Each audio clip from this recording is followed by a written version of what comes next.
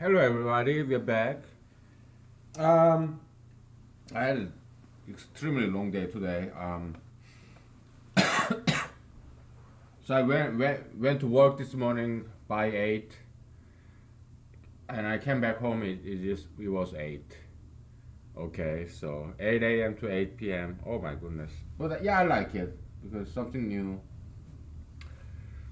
I just like back in the old days when I just started computer programming. Yeah, I worked very hard. It was something new. Computer programming was something very new to me. So now I have this new profession. Not gonna tell you what it is, but yeah, it's something new. So I'm working overtime and long hours, but I enjoy it. Okay, it's something new. Okay, so I exercise too. Okay. All right. So today, let's talk about. Uh,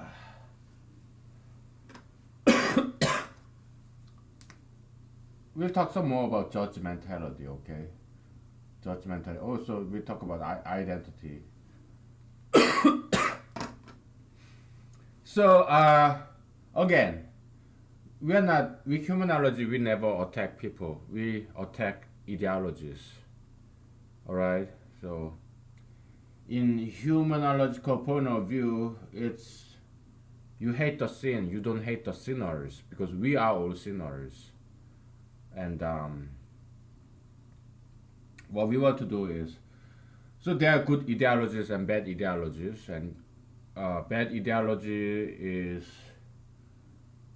basically it's evil, anything. All right.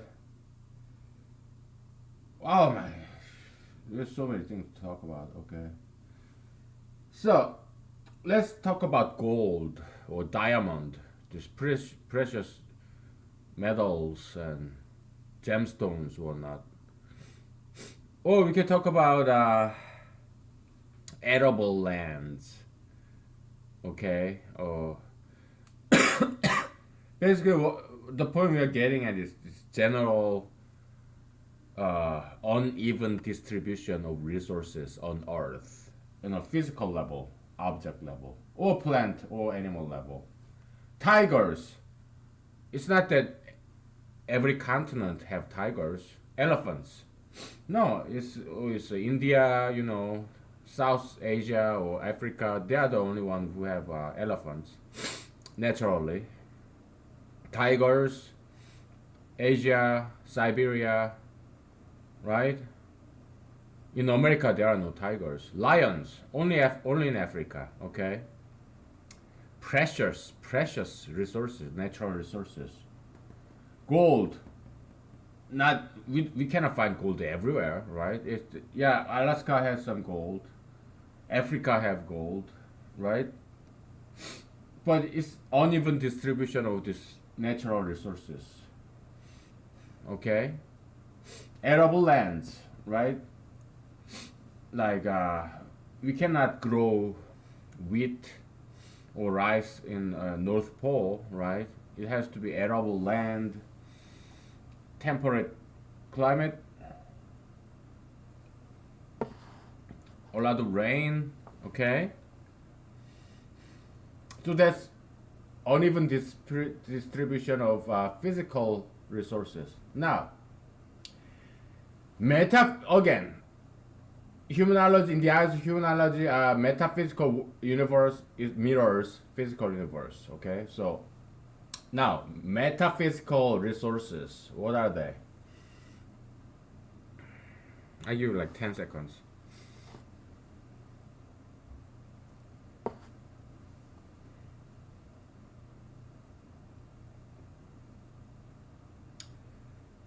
The most important significant metaphysical resource is discipline. Okay, in humanological space,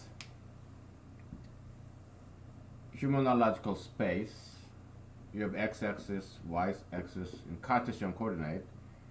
Each dot each location is a person.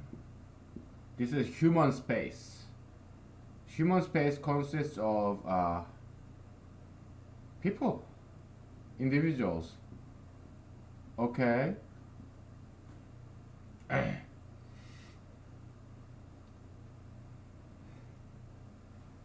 X-axis, let's say this is countries. Okay, countries. Yeah, America, Korea, whatever. Okay. Y-axis, let's call it discipline. Discipline. Discipline level. Okay. So no matter what country you are, let's say it's not exactly like 0, -1, +1. No, it doesn't have to be that way. Okay.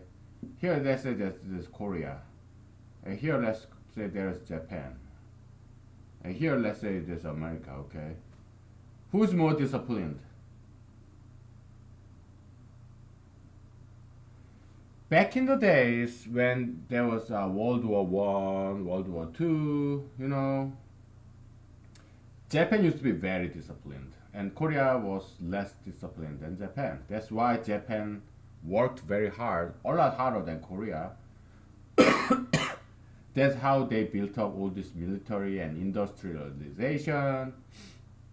And America was up here too. Back in like 1930s, 1940s, America used to be very disciplined. It was like this. Now, let's say we have z-axis, okay, third axis in time. Korea kind of caught up, so it went up. I'm sorry.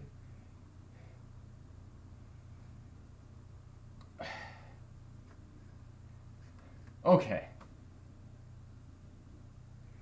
So you have x-axis, country, what country it is, and y-axis is discipline level, which is horizontal, go up and down. Z is like time axis, okay, time axis. Okay, it's time axis.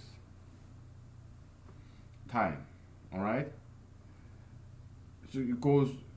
Discipline is up and down. Time is like front and back out of this whiteboard. Okay, can you see all this? So through time, and the initial point, 0 point, the frame of reference here is 1950s, okay? 1940s, World War One, World War Two, okay? Korea started to go up from then on, from 1950, and when they had this war between North and South Korea.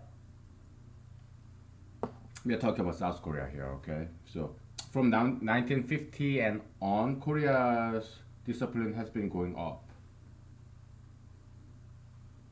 over time, since 1950. Japan's discipline level kind of slowed down, okay? America's discipline level kind of slowed down, okay? But Korea and also China discipline level, I put one more, okay? America and Europe, okay, and you have China, okay? Over same level. Yeah, Japan both conquered Korea and part of China, okay, during the World War II, and Europe pretty much same level, okay.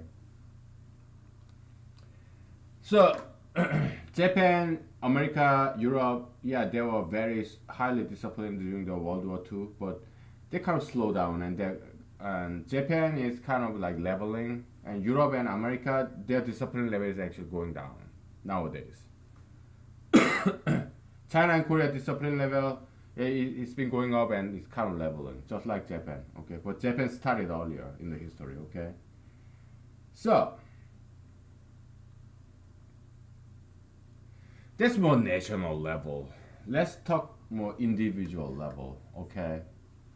Forget about all this. So this is our agenda. We'll talk about identity and judgmentality, okay? Later on. But we gotta cover some basics, okay?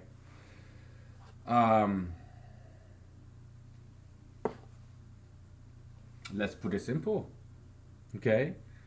So, okay, you have this tract of land. Let's say this is Earth.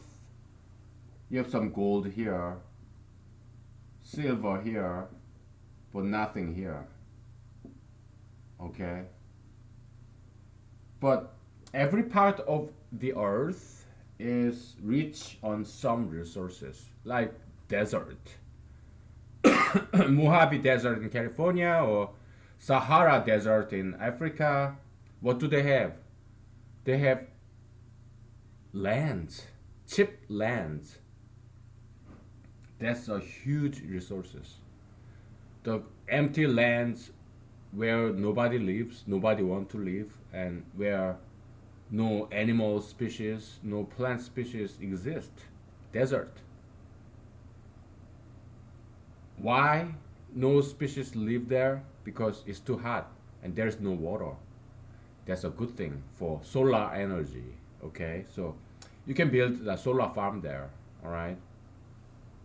Yeah, so build solar farms in all the deserts because environmentalists, animal rights activists, ecosystem protectionists, they should be okay with building solar farms there. Why? Because there's no animals, no plants there. Okay, so yeah, build solar farms, solar panels. Okay, so harvest sunlight.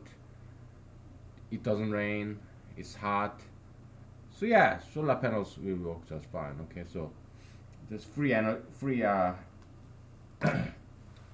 idea I'm giving it to you. And yeah, there are already solar farms in the desert. Yeah, they already exist, but yeah, just do some more. Okay, in desert in Arizona or not. Let me turn on the heater. Okay.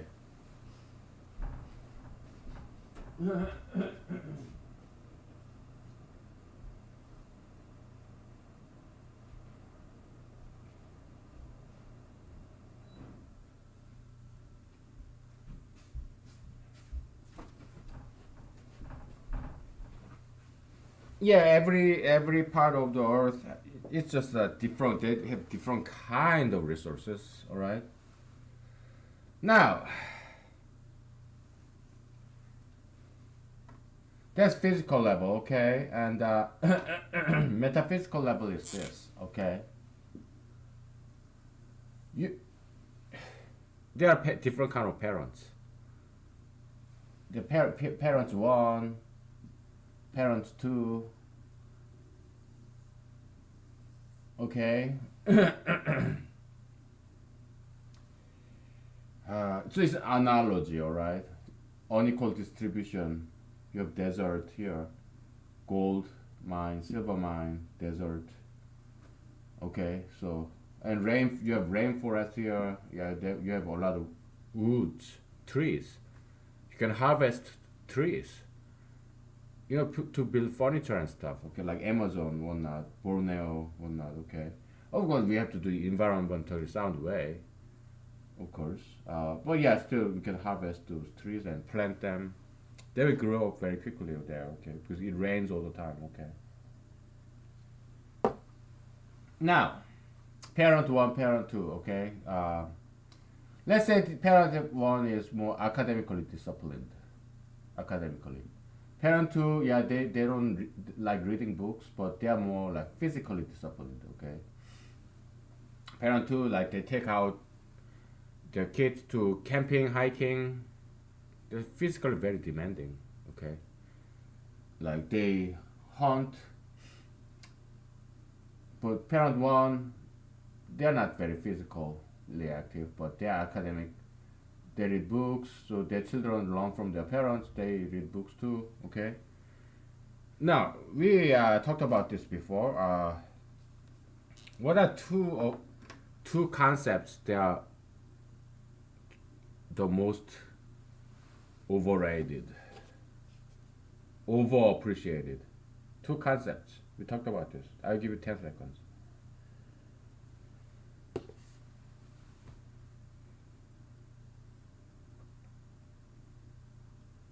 Love and freedom, right? Love, what we there are many different kinds of loves, but mostly when we talk about love, it's a parental love or romantic love. It's very animalistic thing. Okay, that's why Jesus said,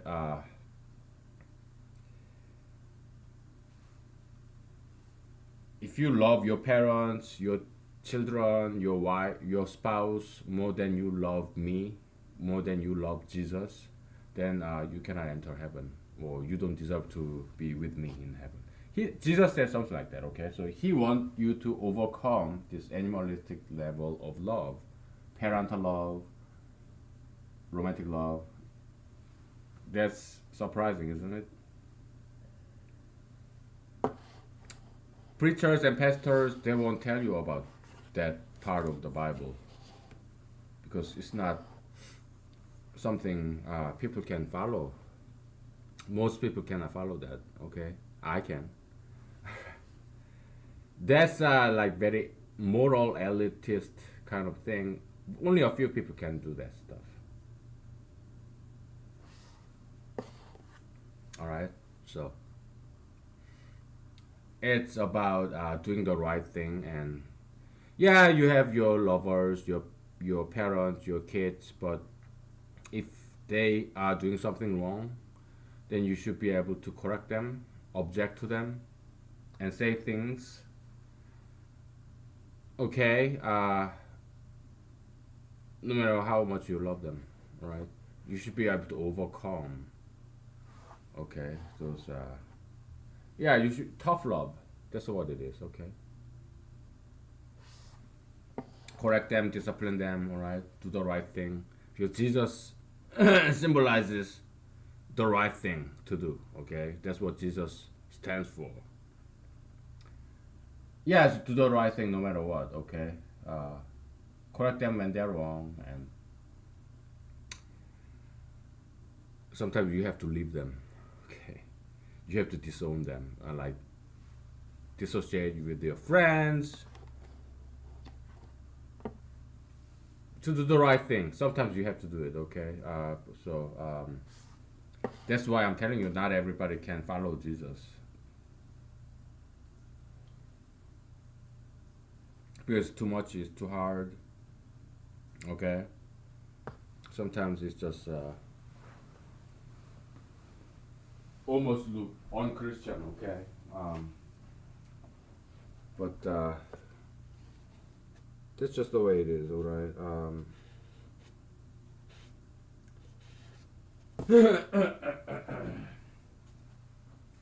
We'll talk about that later. All right, a little bit more later.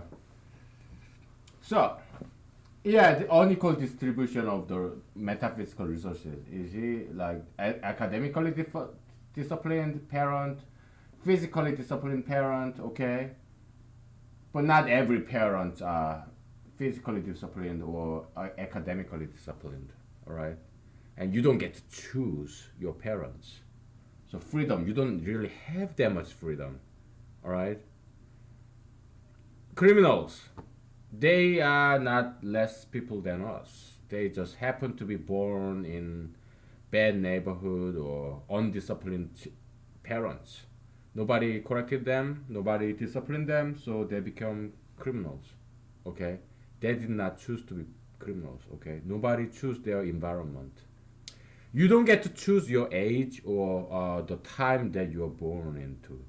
You don't get to choose your birth date. You don't get to choose your birth parents. You don't get to choose your country. You don't get to choose your race. You don't get to choose your gender. All right? You don't get to choose anything. Not even your friends. Okay? Yeah, you meet 100 people and you pick and choose one of them as your friend. But you don't get to choose those 100 people, the set of people that you get to meet. All right? There is no choice in life. That's why freedom is one of the most overrated concept. Free will is one of the most overrated concept in human history in the eyes of humanology. You don't get to choose those things at all. At all. Okay, it's all predetermined actually. All right? Because you can imagine all different kind of futures, but only one of them, even the kind of future that you haven't imagined, you haven't thought about, ended up happening. Okay, you can think 10,000 ways of tomorrow. Okay, maybe tomorrow I will do hair like this. I will dye my hair. Tomorrow my hairstyle will go like this, or that way, or this way. But only one thing ends up happening. There's only one future. You can imagine 10,000 different futures, but only one of them end up happening. And that real future, the future reality, could be something that you didn't even imagine. You can die tomorrow. I can die tomorrow. I don't want to die tomorrow, but I didn't even imagine I would die tomorrow, but it may end up happening. Okay? So you don't have a freedom. You don't have freedom. You don't have free will. No, you don't. Okay? It's an illusion. Free will is an illusion. All right? So,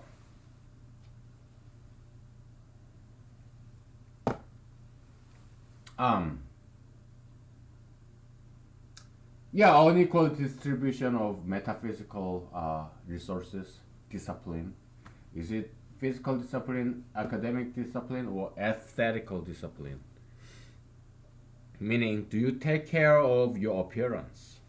I do, but it's not to my credit. I happen to have parents who are aesthetically disciplined. My parents, they take care of their appearance. Okay? Meaning, okay, how can you be beautiful? You exercise, you diet, you practice healthy diet, and you exercise regularly, and also you go on shopping. It doesn't have to be expensive. All this, what I'm wearing, yeah, is from second-hand stores, second-hand like thrift stores, or Walmart. Okay, yeah, they're not expensive, but it takes time and effort to shop. You don't just pick the cheapest. No, you look at all these different colors and designs, and you try it on in the fitting room, and it takes time and effort. Okay, but I do it, right? These neckties, yeah, I take time to look at what looks good, and in the morning I pick this tie out of my dozens of ties and try to match the colors. Okay. Okay, so yeah, it takes time and effort, and I do it. And I also take a bath every weekday, Monday through Friday. Okay, take a bath in the morning because otherwise I smell bad. Everybody does. Okay, so you take a bath, take a shower every day, and I mean every weekday, and hair. Yeah, yeah, I take care of my hair. Okay, I'm losing them, but I'm taking biotin, and I used to do Rogaine, but it was giving me some side effects. So yeah, but I take biotin, and yeah, so like glasses. Yeah, I have like 10 pairs of glasses. Okay, from Walmart and from Korea. Okay, they're not expensive, but I picked this nice. You know, they're not expensive, but I take time and effort to pick good design. Okay, I try it on and also. Okay, so yeah, those are all disciplines, but again, you don't get to choose your parents. You're born to parents. That's your destiny. Okay, but something you should remember is that you can overcome deficiency in your parental environment. Okay, you can overcome that. For example, do my parents dance? Yeah, they do. Okay, they do dance. All right. So yeah, but I didn't quite get it that from my parents because They never danced when I grew up. They never showed me how to dance or no. Dancing I learned on my own. I did not learn from my parents. My parents did not teach me how to dance or how to sing. I learned it on my own. Singing, yeah, I grew up in Korean schools until high school, and yeah, they did teach me how to sing, and also my church taught me how to sing, and dancing, no, the dancing nobody told me. I watched musicians and Michael Jackson, Madonna. I saw them dance on TV, and you know what? I wanna dance like that. Okay, so then I went to YouTube and went to all these dance clubs, and I even took some dance lessons too. Then I learned dancing. Okay, and foreign languages. Okay, yeah, my parents kind of academic. Okay, they're kind of like academic. So yeah, foreign languages. They don't speak too many foreign language, other languages other than English. They do speak English and Korean. Okay. But foreign languages, yeah, it kind of academic discipline, so yeah, that kind of connects me to that.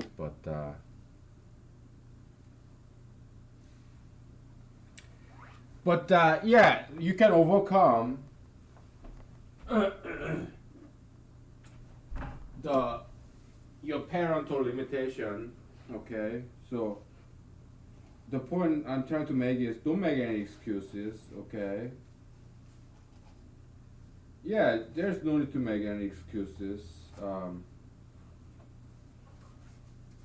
like don't say, "Oh, I had bad parents," so that is something I cannot overcome. So I'm screwed because I had bad parents, bad environment. I want you to overcome your environmental limitation, okay? Because you can, all right? And how is it possible? Just if you are in bad environment, move out, okay? If you think there are bad influence around you, just move out of there. All right? And go to a better environment. You don't have any money? Well, then save it. Okay, so just work, save, move out, and get a new job, whatever. Work hard and study. Prove yourself. And look at me, man. I'm 40 years old. All right? I'm making average salary. Like the money I'm making right now is like probably like 60,000 a year. Okay, so that's about average. I was making 57,000 a year. Now I got a new job and I'm making 60,000 a year.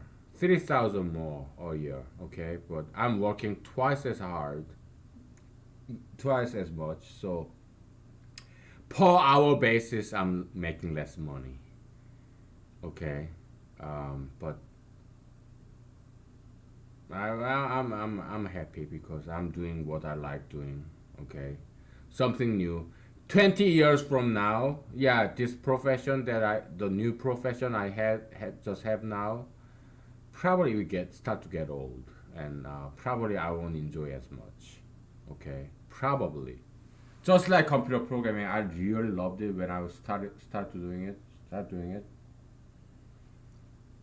about 20 years ago, and 20 years later, like now, I don't want to do it anymore. Maybe 20 years from now, I won't would not enjoy what I'm doing right now. Okay. Um,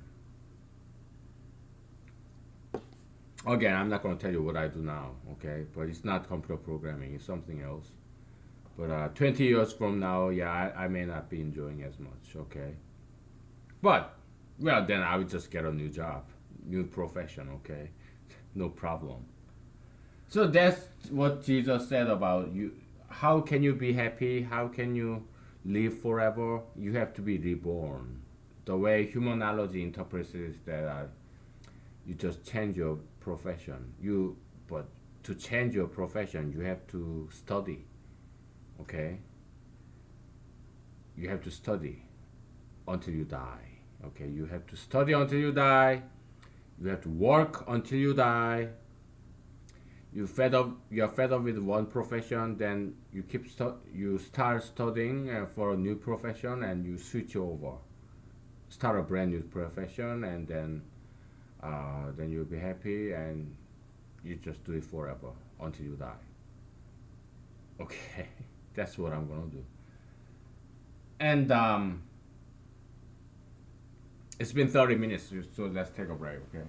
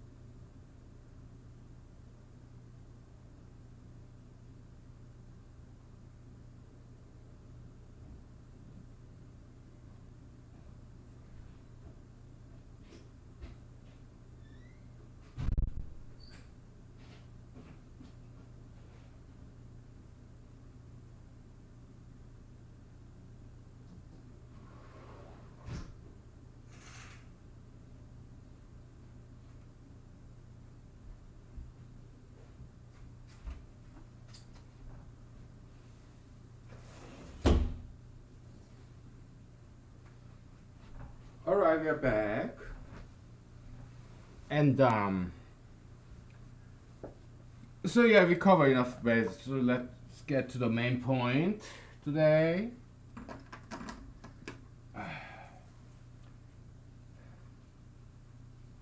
Yeah, let's tackle on the easier topic, judgmentality. Okay, so yeah, Jesus said, don't judge other people. You are all sinners. Don't judge other people. Yeah, so it's based on this theory. It's not. It's just the truth. It's facts. It's obvious, isn't it? Uneven distribution of metaphysical resources. Some parents are bad, some parents are good, and you don't get to just choose your parents. That's why we have to learn from each other, okay? Just learn from other parents or other kids who have had better parents than you did.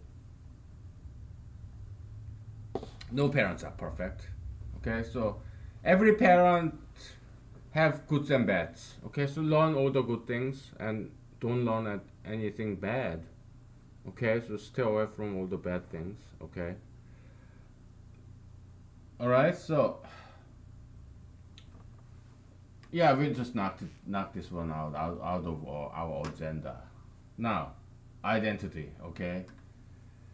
So let's talk. This not gonna be easy for you to listen in this day and age, okay? And you probably have, if you have watched previous episodes, you probably know what I'm gonna tell you.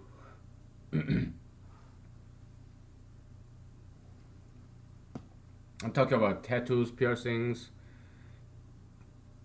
gay marriage, transgender bathroom, marijuana, legalization. Okay, that's what I'm talking about. Okay, so identity. Again, it's ism. Okay, marijuana ism, gay ism, tattoo piercism. Okay, possessing you and take over. It's like this little alien, tiny little alien, getting inside your head and take control of your entire thing. Okay, so it what it does, this demon, this evil ideologies, okay,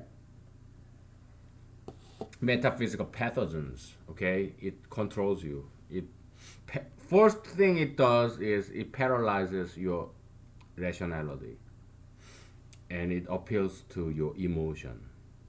Okay? It paralyzes your rationality and appeals to your emotionality. So that's why all these evil, toxic ideologies are all about emotion. It has nothing to do with science or rationality or logic. It has everything to do with emotion, appeal to sympathy, appeal to anger, all this emotional thing, okay?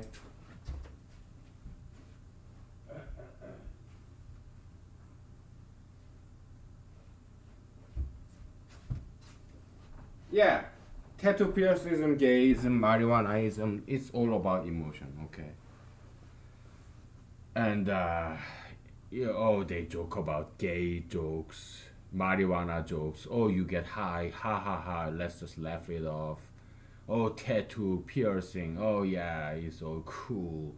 I wanna look like a mean, like bad boy or bad girl, whatever. Okay.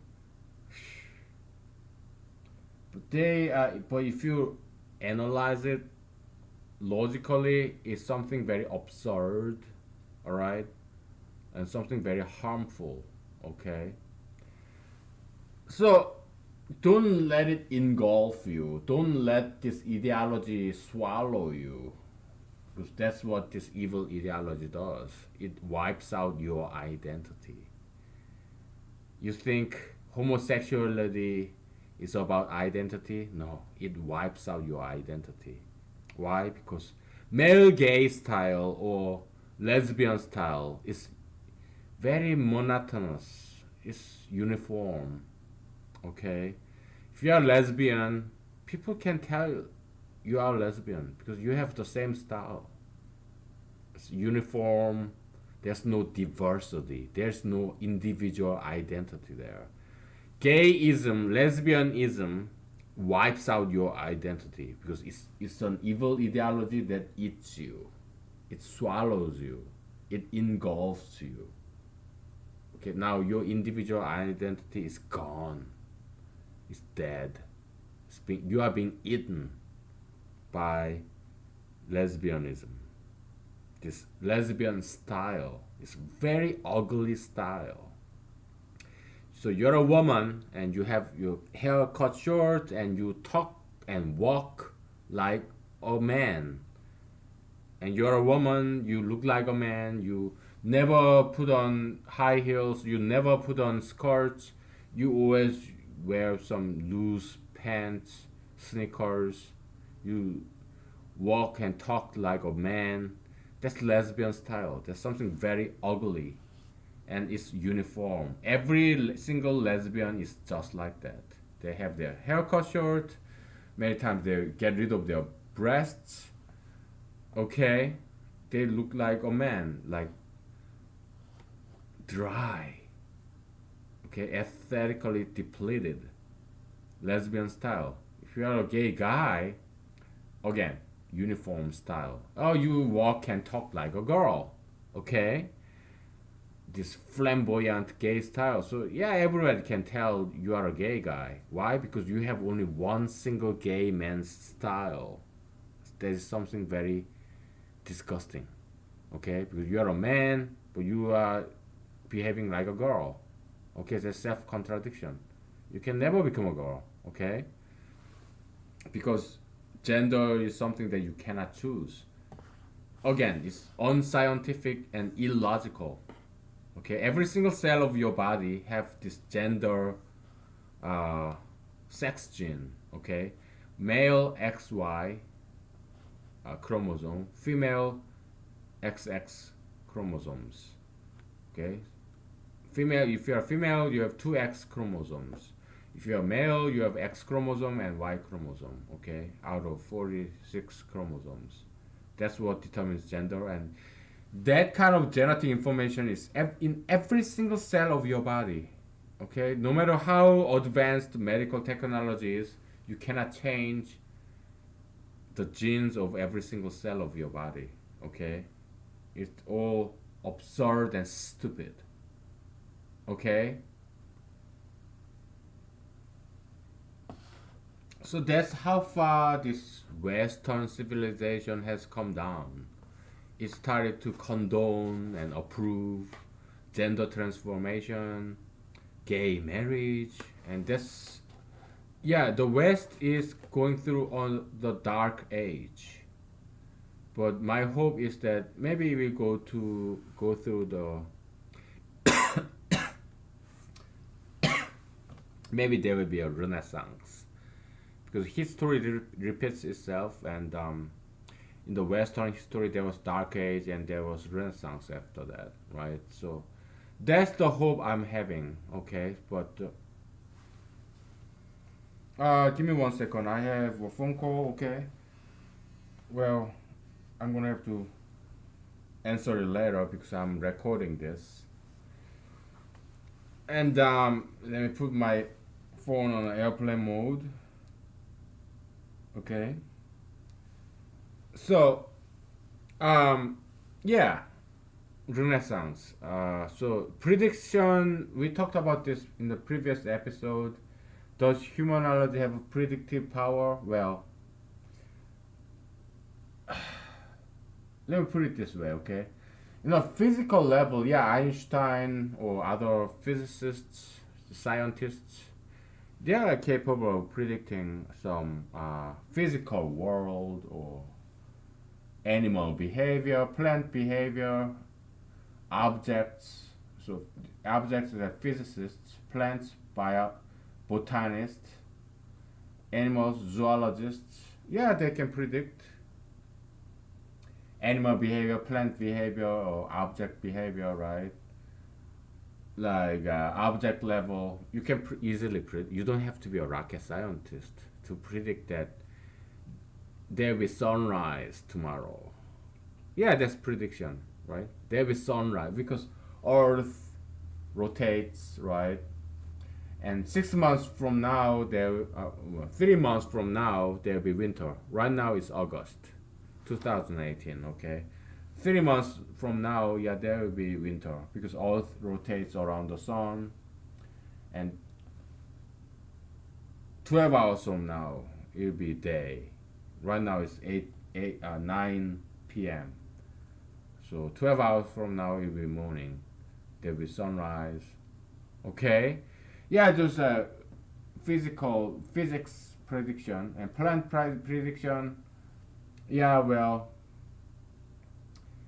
in the winter, the plants will wither and turn light brown. Right now it's green, but in the winter, yeah, it will turn light brown, yellow, go down. Animals, yeah, yeah, well, you have a dog.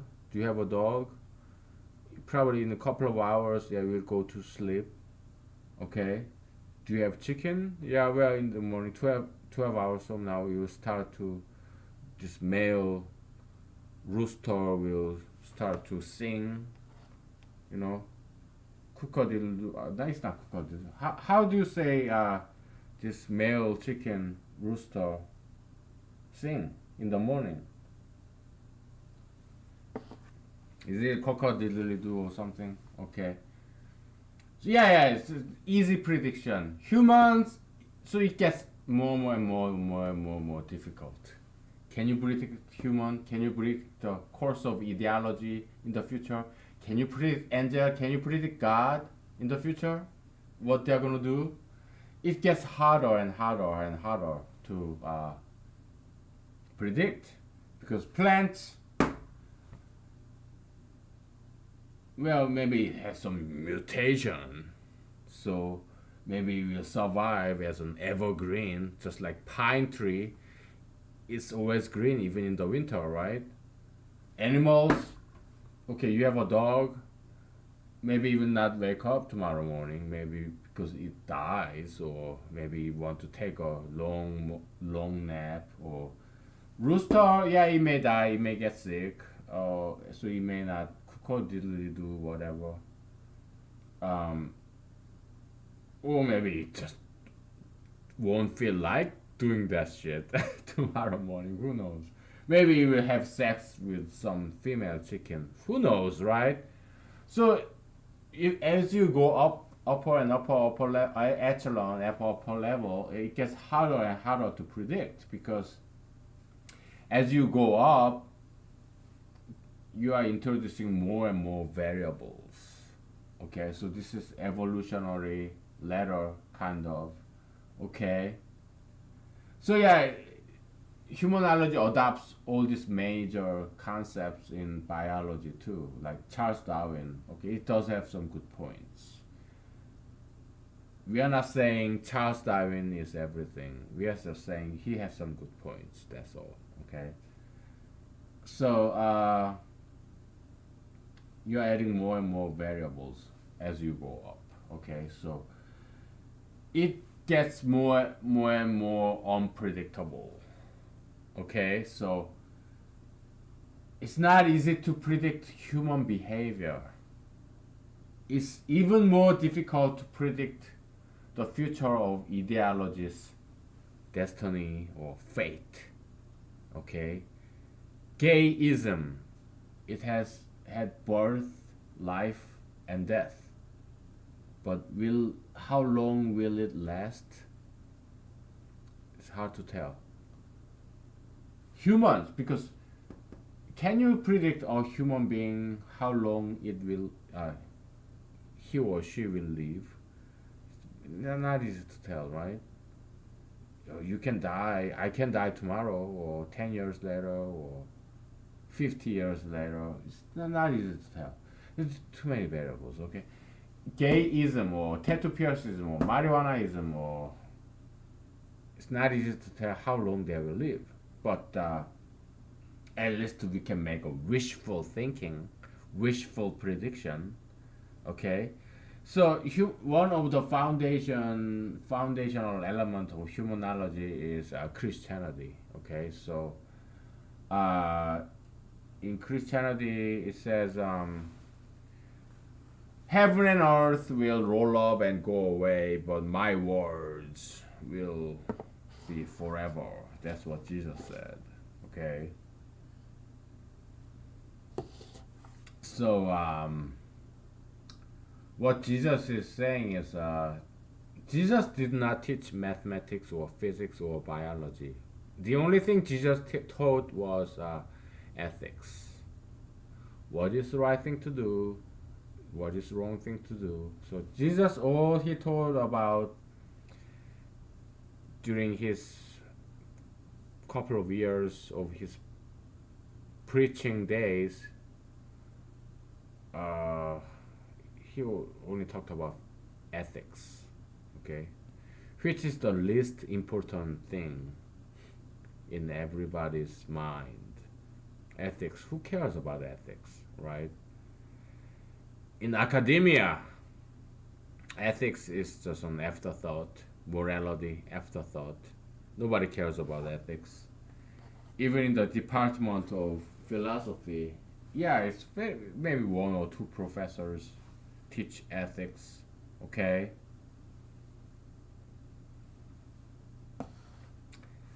But the only thing that Jesus cared about is ethics, cared about teaching is ethics. He didn't teach science, mathematics, business, law, no.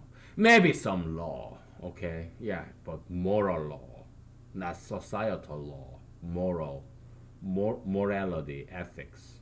Those are the only thing that Jesus ever taught people. And so that's Jesus, and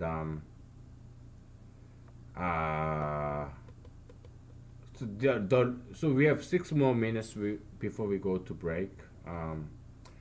Jesus, the reason he got famous was because of his miracle power.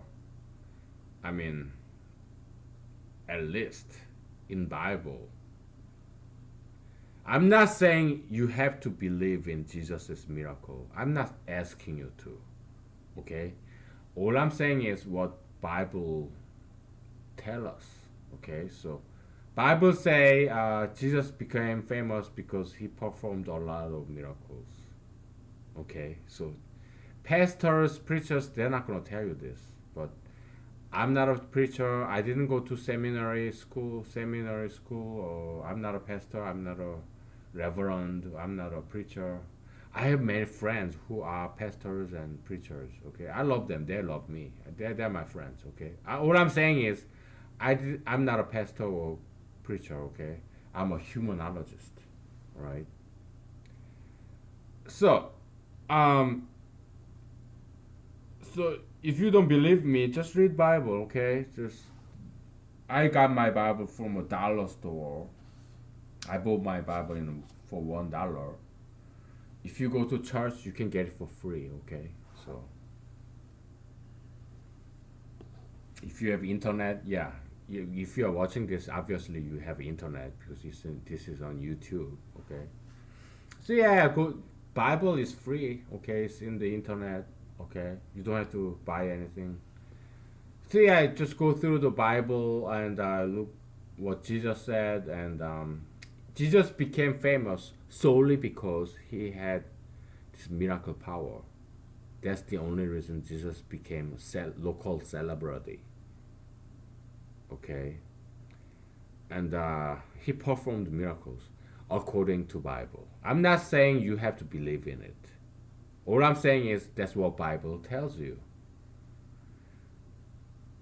Jesus became famous according to Bible not because he's some superior intelligence or he has superior morality or because he's incredibly handsome or because he has this amazing personality, character, amazing ethical, moral character. No. The only reason Jesus became famous is because he was able to heal people just like doctors, but better than doctors, because Jesus was able to heal people in a second. not with some operation. No, just by touching. Okay, that's why Jesus gained his popularity and his fame in his days. Local, and that's how he became local celebrity and popularity. Okay, it's not his teaching, it's not his ethics. No, it's because of his miraculous power to multiply these 5 loaves of bread and 2 fish into 1,000 loaves of bread and 1,000 pieces, 1,000 fishes, and his miracle. The first miracle was he turned water to wine. I'm not talking about grape juice. Some pastors and some sellout preachers, they say, "Oh, it was grape juice." No, that's a lie. It's a wine. The wine that you get drunk, the alcohol. Okay. They say, "Oh, it was not wine. It was grape juice." Back in the days, it was all grape juice. They are liars. Don't listen to them. Okay. Why do they say that? Because nowadays in America, alcohol is very stigmatized. Like they stigmatize alcohol. Okay, so they want to appeal to the majoritarian Americans. That's why they say it was not wine, but it was grape juice. Liars, sellouts. Okay, it was wine. It was alcoholic wine. Okay, and yeah. So Jesus was pro alcohol. He was not anti alcohol. Many pastors and preachers they say, "Oh, it was grape juice and it was not wine," because they are afraid of you. They are afraid of majoritarian mainstream that stigmatizes alcohol. I am not a preacher. I'm not a pastor. So I tell you the truth. I don't lie just like those. I don't lie like those pastors and preachers do. I'm not them and I'm not a liar. They are liars. I'm not. Okay? So Jesus turned the first miracle Jesus conducted was turning water to alcoholic beverage, red wine. Okay? So and yeah, so that's the only reason that Jesus got famous. All these healing people like a doctor, better than doctor, just and also multiplying bread and fish, feeding the thousands. Okay, that's why and Jesus said it. Jesus talked about this himself. Except for miracles, they are not gonna come to me. They are not gonna listen. Okay. Except for miracles, they are not gonna listen to me. My ethics. If I don't perform any miracles, they will not care about my ethical lessons that I came here for. Okay. Jesus said that, okay, either in book of Luke or Matthew's or book of John or book of Mark. You know those 4 books that conveys Jesus' teachings. Okay, yeah, you'll find that you find it there. Okay, it's been 1 hour, so let's take a break. Okay, all right, I'll be back.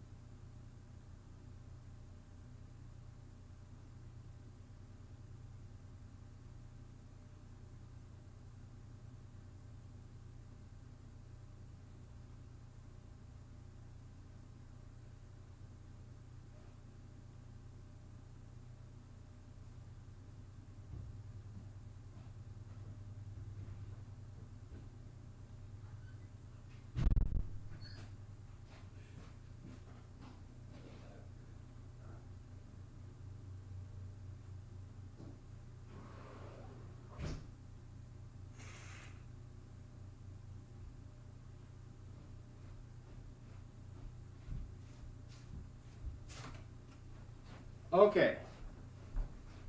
As you can see, I'm a humanologist, and I'm not like psychologists or many pastors, preachers who just feed you, who just tell you what you want to hear. Why? Because I have my job.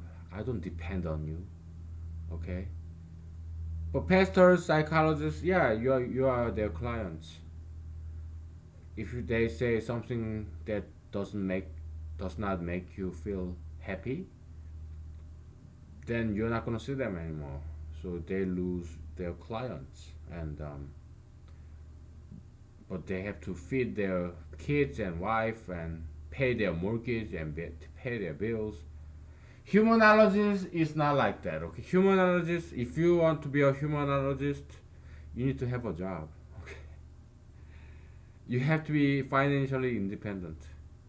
Okay, then you can speak freely of your mind and tell people what they need to hear, not what they want to hear. Okay, so I speak against gay marriage, transgender bathroom, marijuana legalization, tattoo, piercing. I can say all these things because I have a job. I don't need your money. I don't want your money. Okay? What I want is your success, your repentance. Okay? So human if you are a humanologist, you are truly a Jesusian, meaning you actually live Jesus. You do what Jesus tell you to do. Okay? So um let's wrap it up here, okay? Because I got phone call to make. Okay, all right. Goodbye. Good night. See you later. I mean, if I'm still alive, I guess. Okay, bye.